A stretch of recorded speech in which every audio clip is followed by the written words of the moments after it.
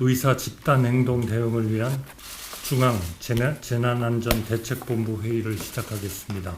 전공의들의 병원 이탈이 장기화되면서 환자분들의 불편이 가중되고 있고, 특히 중환자분들과 가족분들의 실망과 우려가 깊어가고 있습니다.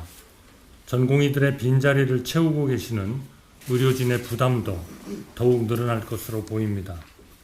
어떤 이유로든 의사가 환자 곁을 떠나는 것은 이해될 수도 없고 용납될 수도 없습니다.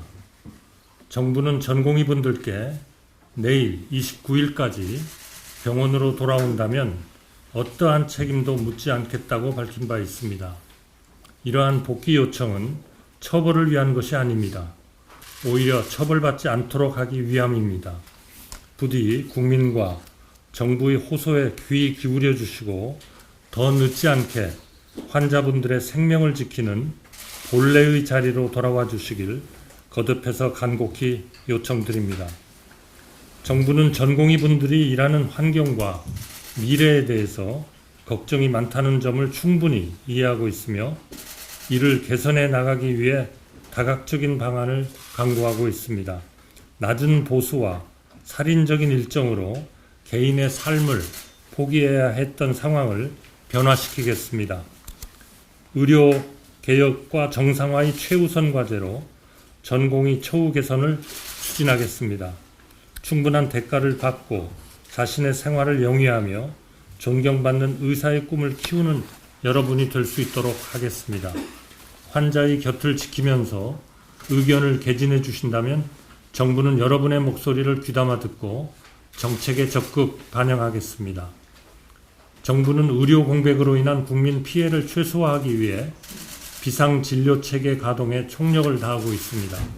무엇보다 의료 현장을 지키고 계신 의료진과 병원의 부담을 줄여드려야만 비상진료체계가 유지 가능합니다. 오늘 중대본에서는 비상진료체계 운영을 위한 예산과 인력 지원 방안에 대해 논의하겠습니다. 우선 비상진료체계가 원활히 작동되도록 별도의 예비비를 통해 예산을 지원하겠습니다. 의사 부족에 따른 대체인력 채용을 지원하고 연장 근무와 휴일 진료에 대한 보상도 차질이 없도록 하겠습니다. 또한 건강보험을 통해 상급 종합병원에서 중증 입원 환자 진료 시 보상을 대폭 강화하고, 일반 병원이 상급 종합병원 전원 환자를 진료하면 추가적인 인센티브도 지급하겠습니다.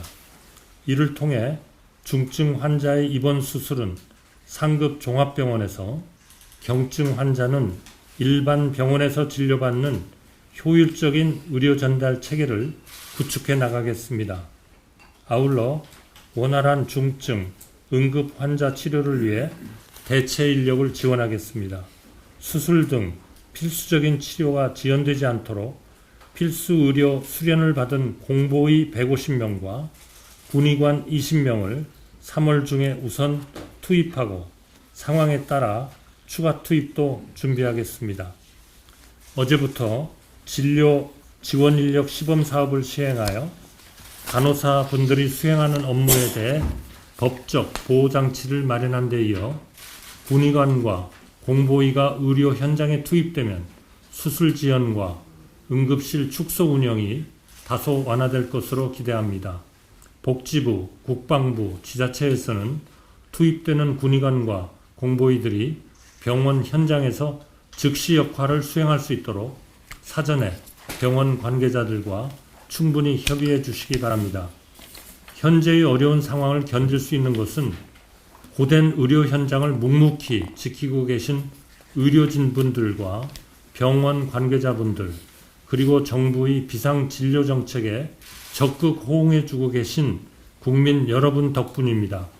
정부는 의료 현장의 부담을 줄이고 국민 불편을 최소화하기 위해 최선을 다하겠습니다.